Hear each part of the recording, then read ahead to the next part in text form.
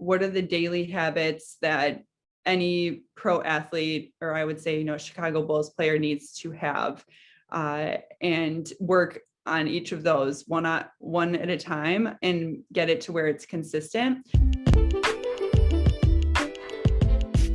Do you ever have so many questions and no one to ask, so they're just wasting away on Google searches you'll forget about in an hour or so? We had that same problem, and that's why we created the RD2B podcast, a resource for dietetic and nutrition students looking for answers that their peers don't have. We are students Macy and Emily and registered dietitian Carl Barnes. We engage in conversations and learn from RDs. Join us weekly as we gain insight into the unique journeys of registered dietitians all over the country.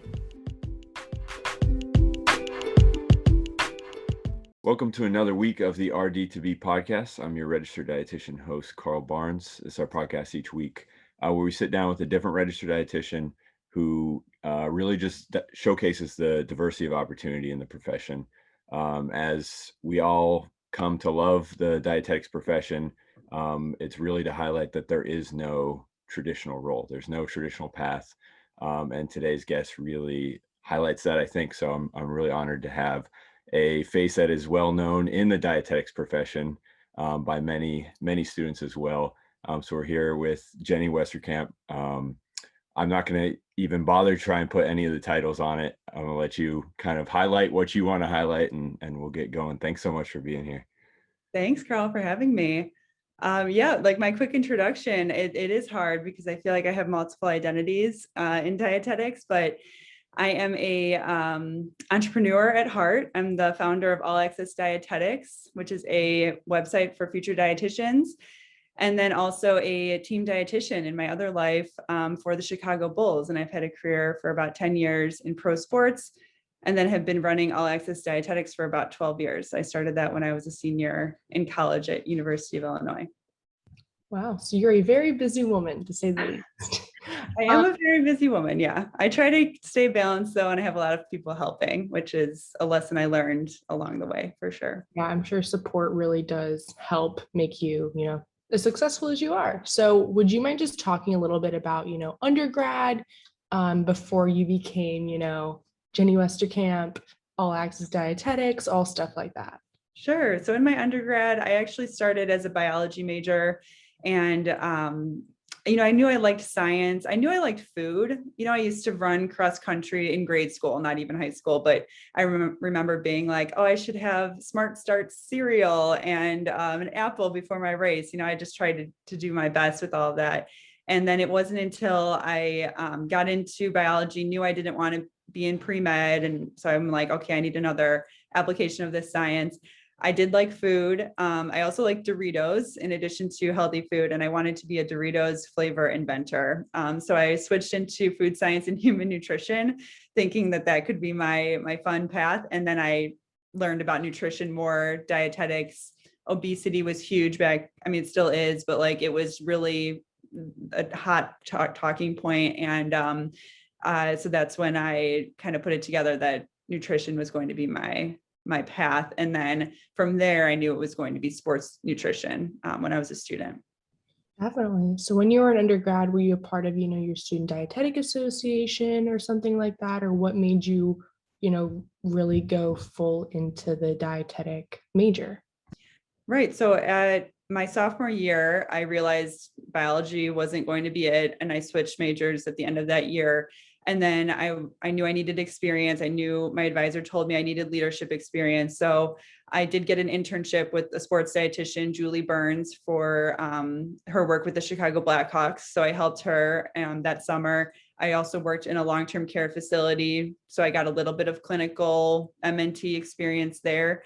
And then I was late to the game with the Dietetics Club because I was a transfer. I was kind of like an outsider among the club. Everyone was very nice, but I just, all those leadership positions were filled and I knew I needed leadership.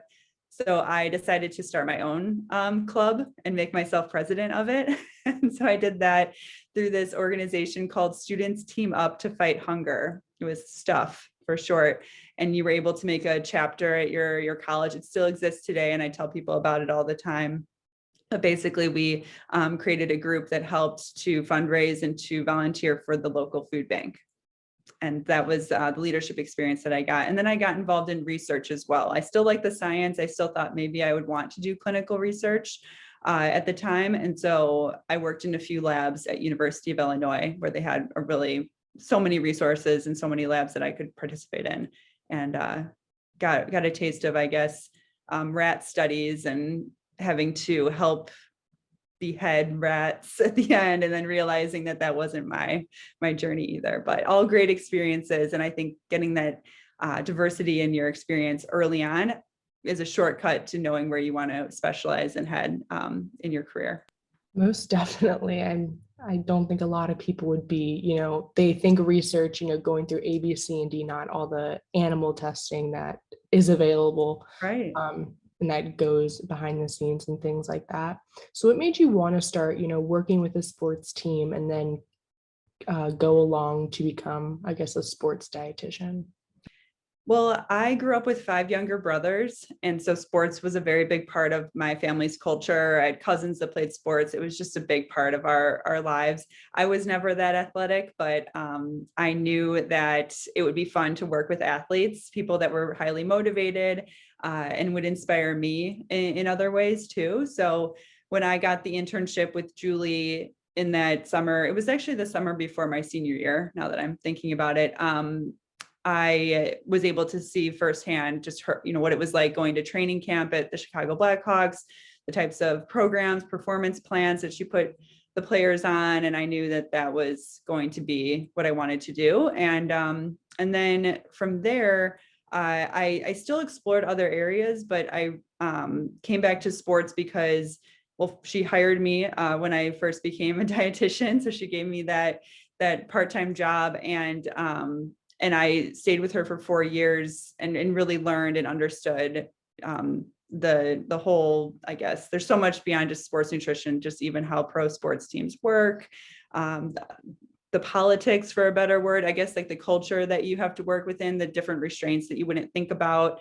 Can't use this sports drink because this sports drink is paying us kind of deal. So I learned so much from her, and then it just kind of rolled into where it was a timing thing. I ended up staying with her for 4 years, took a couple years away from pro sports, and then got a job with the Chicago Cubs for 2 seasons, and then got the Chicago Bulls in my second season, and then moved into that.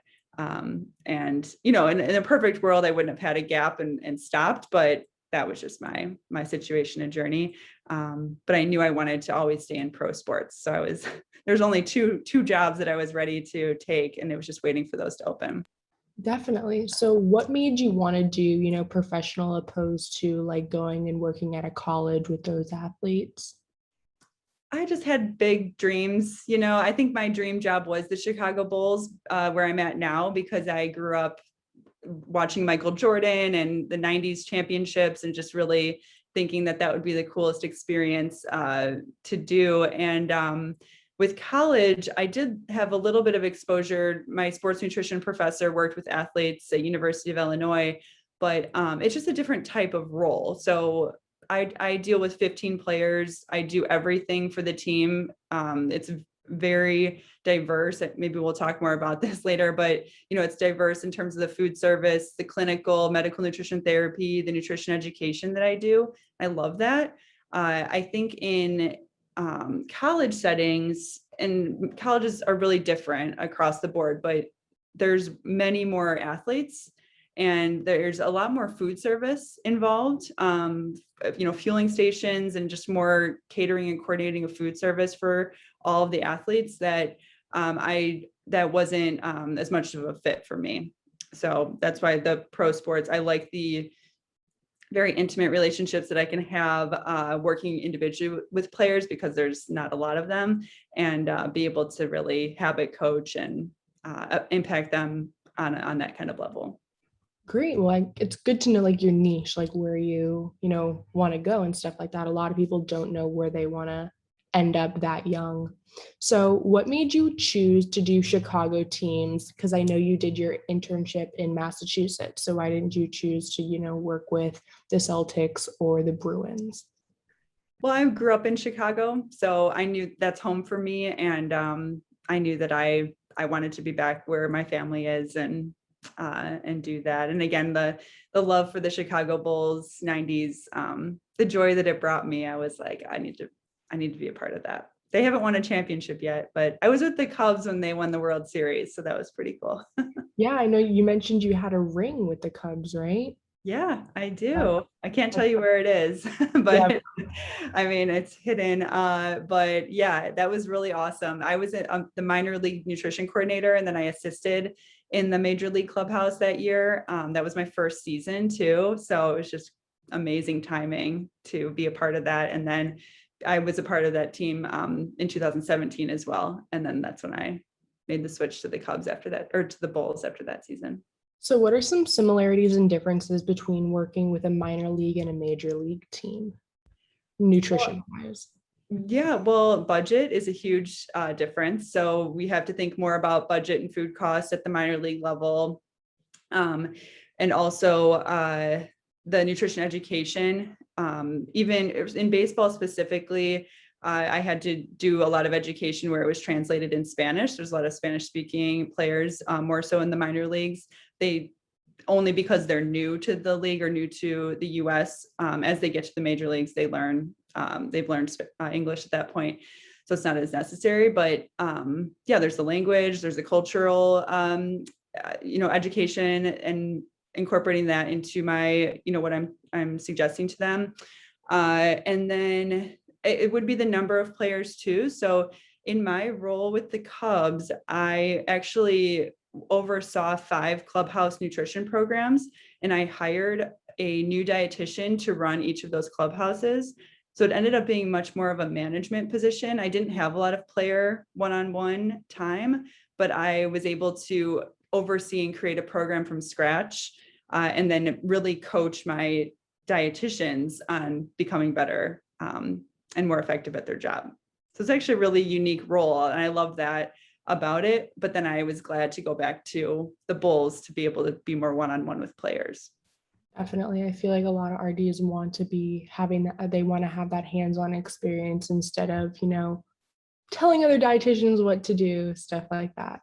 So what kinds of things did you do that is like, I guess, similar nutrition-wise for the Blackhawks, Cubs, and Bulls?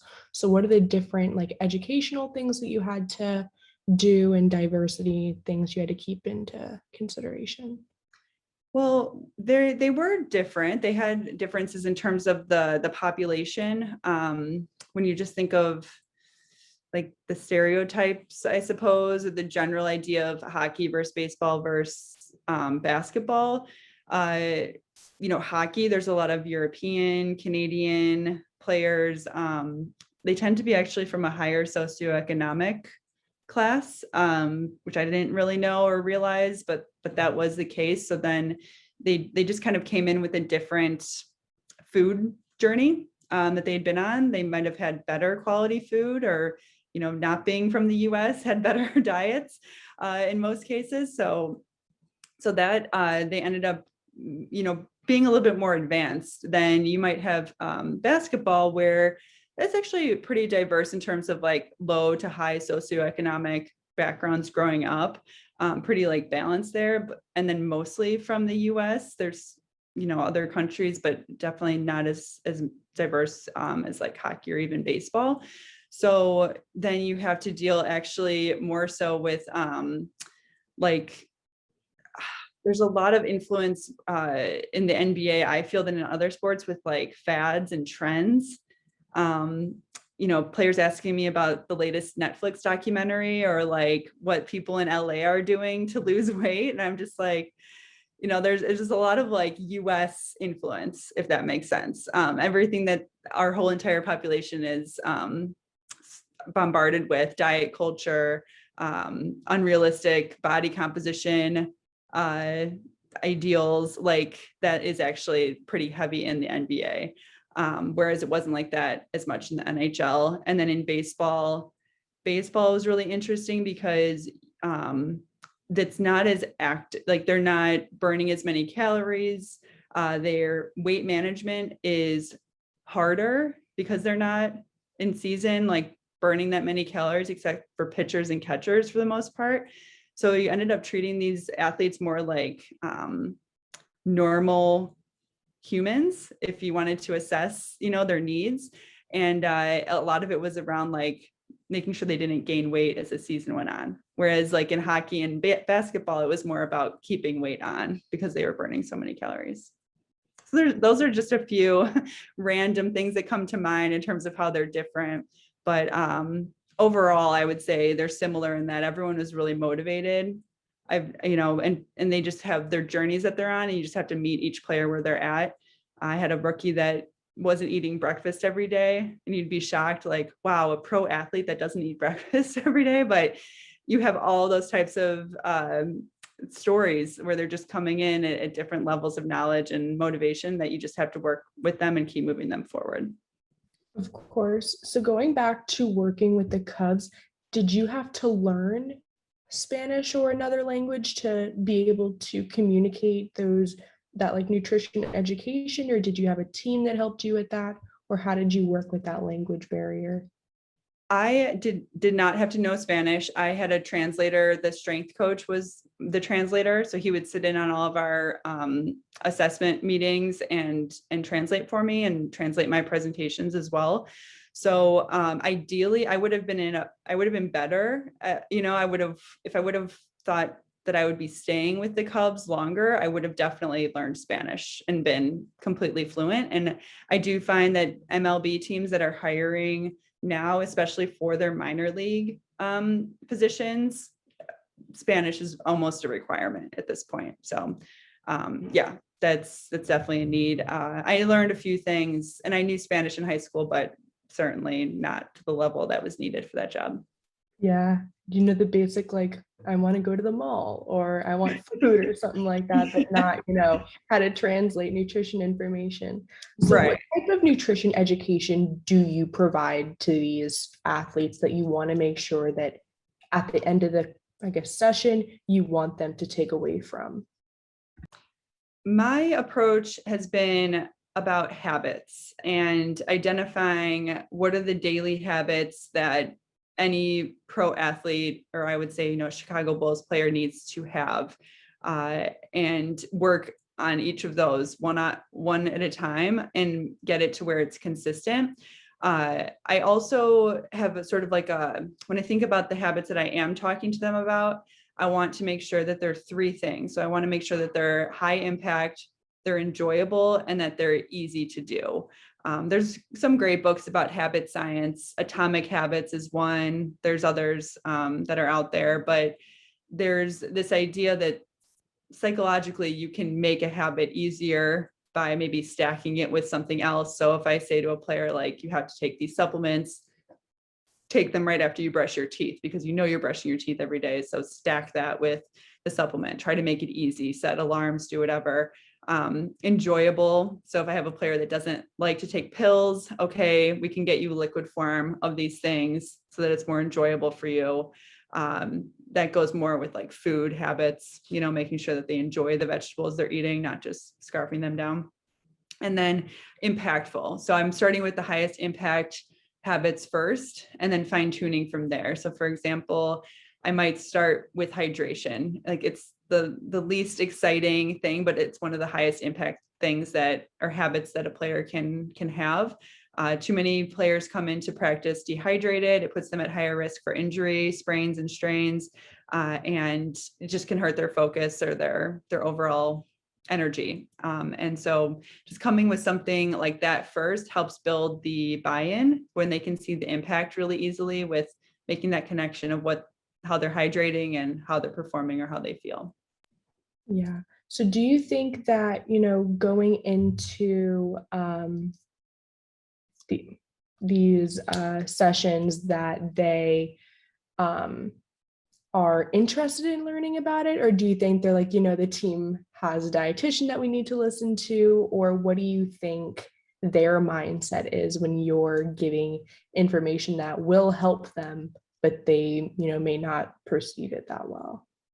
That is actually a good point to bring up, just about the difference between college and pro, is that college, they can actually force their players to meet with the dietitian, to take the protein shake to, you know, and they're going to monitor that and report their compliance to their coaches. There's a lot of that, and that's allowed, you know, but in the pros, we don't have that power over those players. These players can make choices on whether or not they want to use my services or not. And even though as much as I'd like to force mandatory hydration pre-practice, that's not the culture, and that's just not what's going to happen. So I have found in pro sports that just probably with humans in general, there's a spectrum of people. It breaks down into the rule of thirds.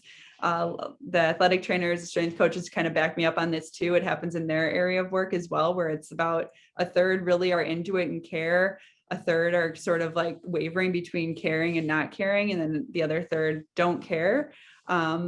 And even the ones that I would say like fit into the don't care bucket for me could be like veteran players that just have everything already set. They've been doing this for 10 plus years. They have their personal chef. They take their supplements, and like, you know, I would just consider them sort of like they're good. Like they're doing everything that they can. But then it's my job to make sure that the ones that are really into it, where I'm pushing them, I'm going hard, I'm giving them the majority of my time. And then the ones that are kind of in between, I'm just looking for my openings, whether it's they might have an injury that comes up. Okay, that's my time to get in and like tell them what they could be doing to prevent that or to recover, or, you know, just, you know, any other like medical nutrition things that come up, food allergies, digestive issues, maybe they're getting sick all the time, that sort of thing. So that's when I would look for opportunities there. But otherwise, the guys that are on the spectrum of like, they're into it, that's who I just focus my time on, create relationships with, and keep them moving forward. Definitely. So during your undergrad, I know that you said before your senior year, you started working with the Blackhawks, but if you didn't have that exposure, do you think you would have eventually got there? Or do you think that, you know, you would have taken a different path? I think I would have eventually gotten there. I was pretty set on that being the goal. I used to print out pictures of the logos and put them up, you know, of all the Chicago sports teams, and put them up on a bulletin board in front of my desk. And I would like reach out every 6 months to every single Chicago pro sports team dietitian. And that's how I actually got the Cubs job, because she knew that I was interested in working with a team. So, and I'd known her for 7 years at that point, and would literally reach out every like couple times a year. So yeah, I think it's all about like networking, who you know, how you can show you can add value. I think I would have gotten there regardless. I did have a couple other interests, like in nutrition communications, like for a PR firm. I thought about that maybe as a second option, but sports was always the calling for sure. And do you think that you learned all of that information, you know, from experience, or do you think you learned it, you know, in the classroom? Oh, experience for sure. I did take a sports nutrition elective, but then I think like on the job, real world training, you're going to learn so much. And I do think Julie, my mentor, she really trained me. She taught me a lot. She had been working as a sports dietitian for 20 years when I started working with her. So I feel like I had an apprenticeship with her in that way. And it was kind of like the training that I needed.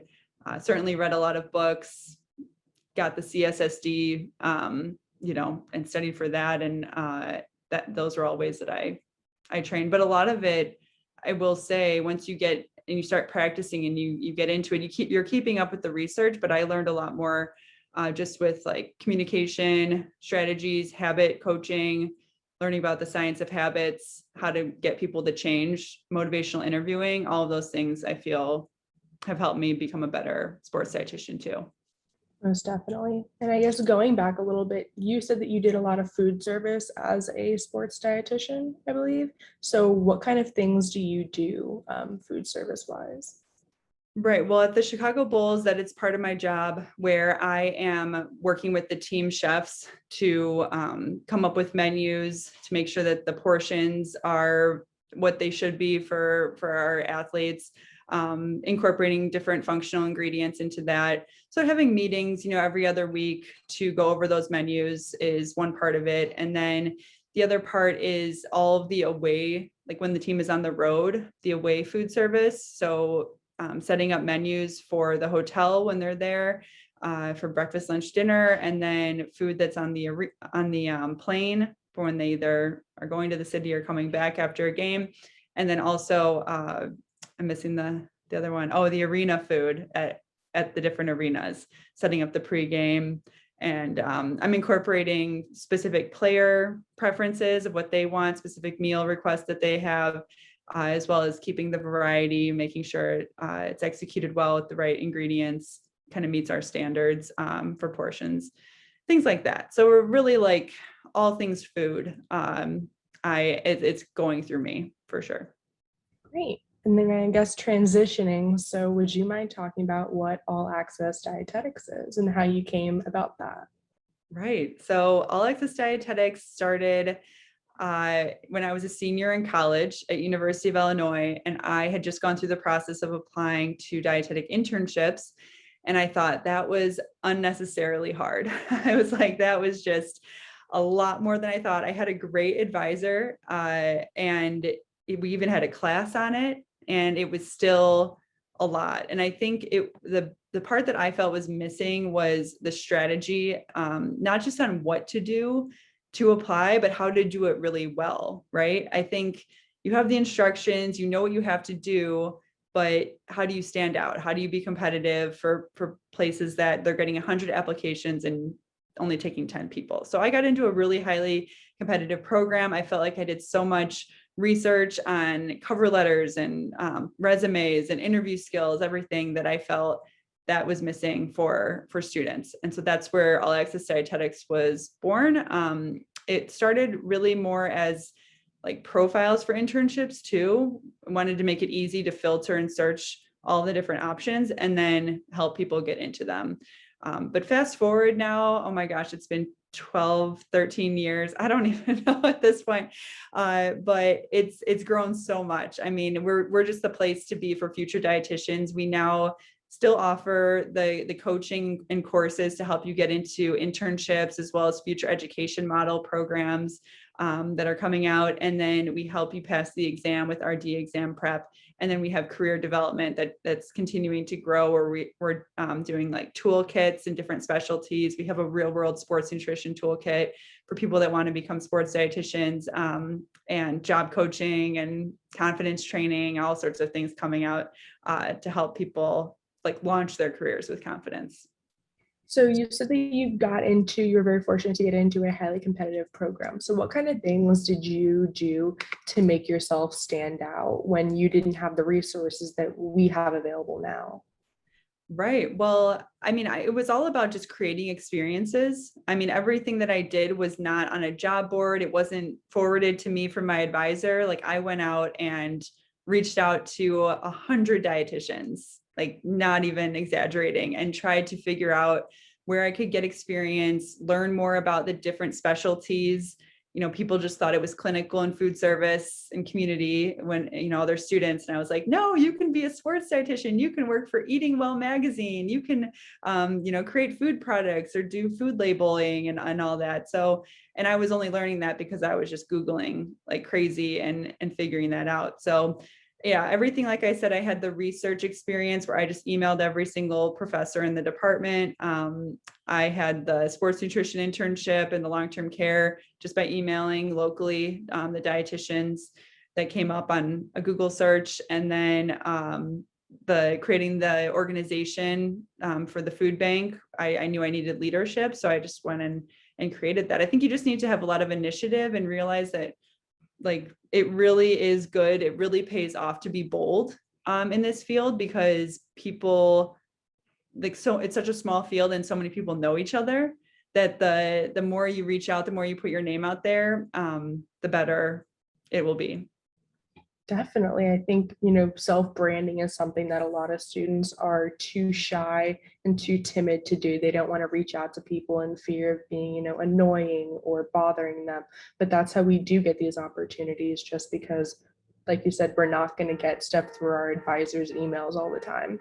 We have to create these opportunities for ourselves. Yeah. And I do think just one quick point is that because I get a lot of emails from students, And I'm actually coaching them like, okay, don't email me like this, in the nicest way. Like, don't just ask, can I shadow you? Can I learn from you? I want to learn what you do. It's a little bit too like, give me your time, give me your knowledge and all that. When I reached out to Julie Burns for my internship, for example, I was all about what I can give to her. Hey, I know I'm really organized. I actually had this office management job, which I did in high school, and I could help you run the back end of your private practice. I'm really good at creative design of graphics. I could help you make signs for the Blackhawks. I just took this sports nutrition class. I feel like I could help with the latest research for your athletes. So it was all, and I even said like, I'll also walk your dog and I'll babysit your triplets. She had 3 kids, triplets. And so that whole email was about how I can give her value. And I think that's what will catch people's attention more so than, can I shadow you? Can I take your time and not give you anything back for it? To a busy dietitian, that's a really hard sell. For sure. Yeah. So I also noticed that on your website, you have free toolkits for dietetic internships and then passing the RD exam. So what do those toolkits look like from your perspective? Yeah, these are amazing free resources. The Dietetic Internships Toolkit is great for anyone that's looking to apply to either internships or future education model programs. They're just a sampling of free resources, webinars, checklists, things that we just think are really high value and give you an idea of what it's like to work with us, either with our Get Matched course or our application coaching, like Get Matched coaching or future education model coaching. We've had, thousands of people that get that every year, and just highly valuable free information. So that's one of them. And then the other one is the RD exam toolkit for anyone getting ready to study for the RD exam. Same idea, just high value, free study sheets, checklists, how to create your study calendar, videos on mistakes people make that prevent them from passing, and completely free, downloaded by thousands of people each year. And just really, really great content to take advantage of. So what do you think the most rewarding part of creating All Access Dietetics was or is? Well, it really is the impact. I kind of have big dreams to impact the whole field, like why stop with future dietitians? Although I do think making confident dietitians early on will impact our field in the long run. I think that's kind of the underlying theme of our coaching, is we just want people to feel empowered and confident and do hard things. And, even if they need help or support during that time, that confidence will grow from that experience and from that coaching. So, it's the impact. It's just this idea that we know how many people we get that use our site. We know it's almost all of the future dietitians. And that just makes me super happy to know that this field is that impacted. And hopefully we'll have some big things in the future. I don't have anything to share at this point, but working on just how can we elevate the profession so that we can elevate our impact on the world and on people through good nutrition. So how did you started this program when you were a senior in college, probably not that big of a following. How did you get it to where it is now?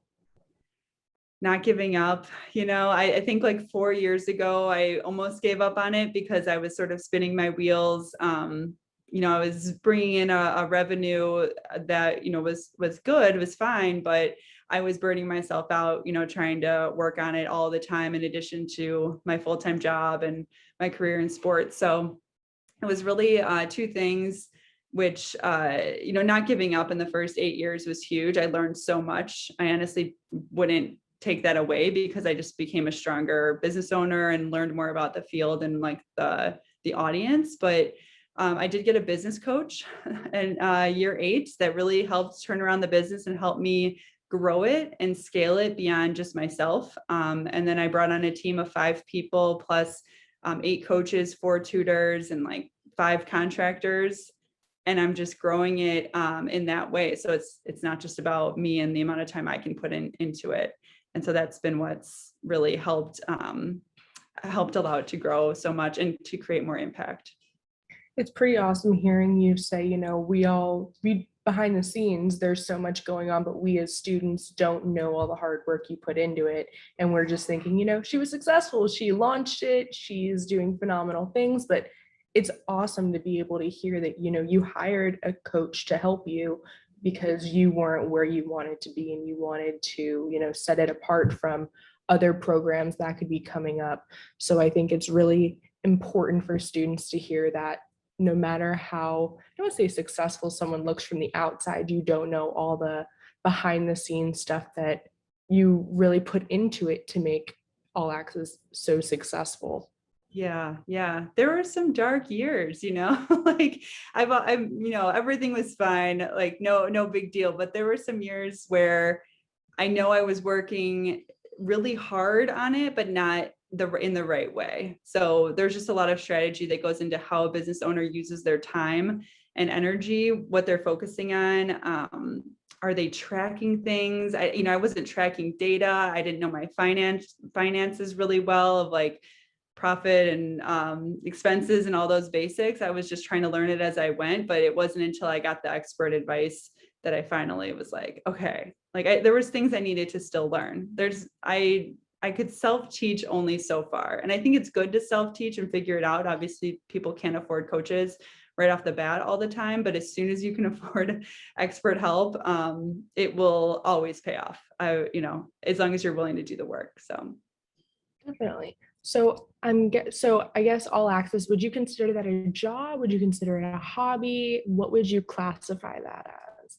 I know, it's so fun. It doesn't feel like work, right? That's like the cliche thing, but that's definitely my full-time number one job. And then I honestly, sports nutrition feels more like the hobby. At this point, it's 15 hours a week that I do at the Bulls. That's only in season. So to me, that's like kind of the fun.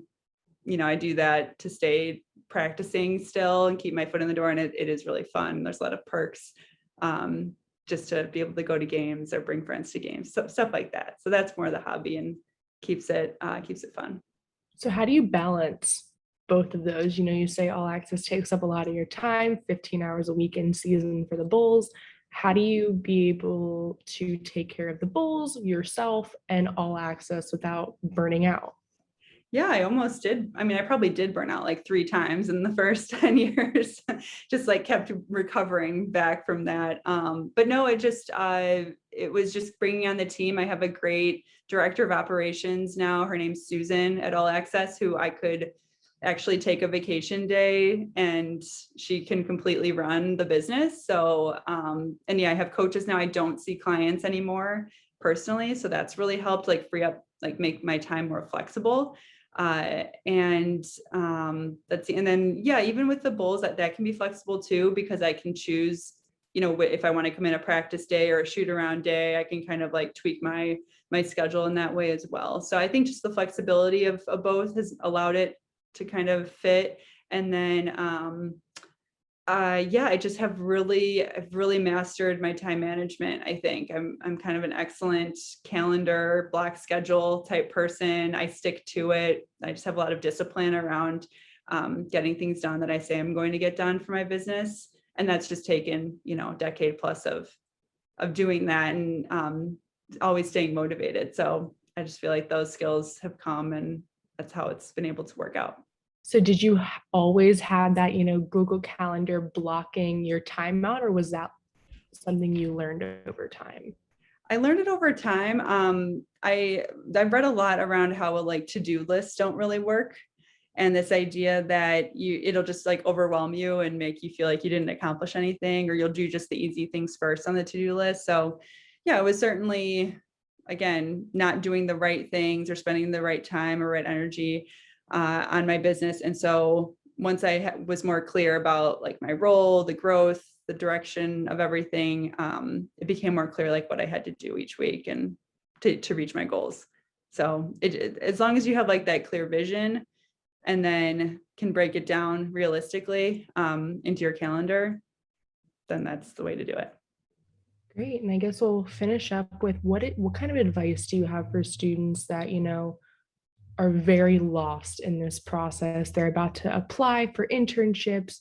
Advisors are super busy because there isn't only one student to one advisor. So what kind of advice would you have for us? Well, stay calm. Like a lot of people use a lot of energy just worrying about the process and not actually doing anything about it. So you definitely want to have a calm mindset and kind of break things down one at a time. So I think, like, especially with the application process, even when we're working with our coaching clients, we tell them, like, we will tell you when you need to worry or think about certain components. You do not need to think about references right now. All you need to think about is program research, right? Or whatever it is, whatever the topic is. I think if you just break it down and then you outline that or timeline that out over the course of, now until your deadline, it can make it more manageable. So yeah, stay calm, don't freak out, take one thing at a time. And then, of course, use all of your resources, free or paid. The more you invest into the process, I think the more you'll get out of it. Like, we've had people that would invest in coaching so that they could get matched to a VA dietetic internship that was paid, and I think just thinking about that, like, how can I invest my time or get these free resources to then have them pay off in a really strategic way. So yeah, that would be it. And finally, like, start early on everything. It's never too early to start. Half of our coaching clients start in the summer for the February deadline. So. All right. Well, thank you so much for taking time out. As we said in the beginning, you're a very busy woman. So I'm happy you have flexibility, but we know you have a lot on your plate. So I do appreciate, you taking time out to talk to us. Yeah, thanks for having me. I really appreciate it. And good luck with the rest of the podcast. Thank you so much. I think you nailed it with the amount of energy spent just worrying for no sake from dietetic students can probably change the world. So hopefully we can harness that someday. But thanks again for taking time to be here with us. And for those listening, tune in each week. Every Sunday we drop a new awesome interview. So thank you so much. Thank you.